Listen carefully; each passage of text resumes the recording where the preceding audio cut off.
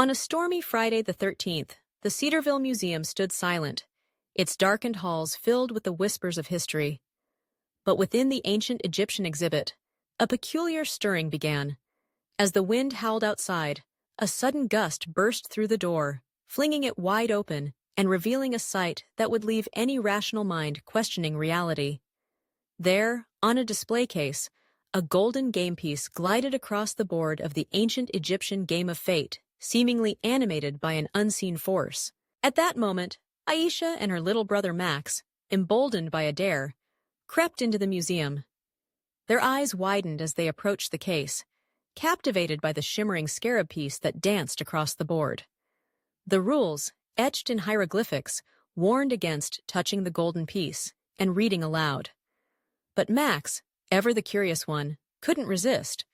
With a mischievous grin, he read a curse aloud, and the room trembled in response. Suddenly, the mummy, who preferred to be called Mr. Tootin, unwrapped himself from his centuries-old bandages, revealing not a monster, but a lonely spirit longing for companionship. As the game unfolded, the siblings found themselves embroiled in a whirlwind of hilarity and terror.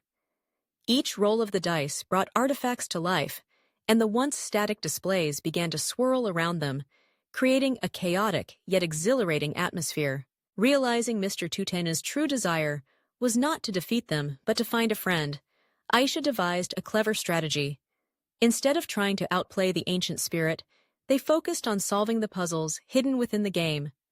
With laughter and teamwork, they unraveled the mysteries, ultimately winning the game.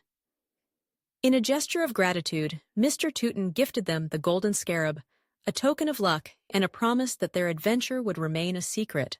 As they left the museum, the scarab glowed softly in the dim light, its eyes twinkling with mischief. Back home, their cat batted it under the fridge, hinting that perhaps the adventure was far from over. Would you dare to play the mummy's game?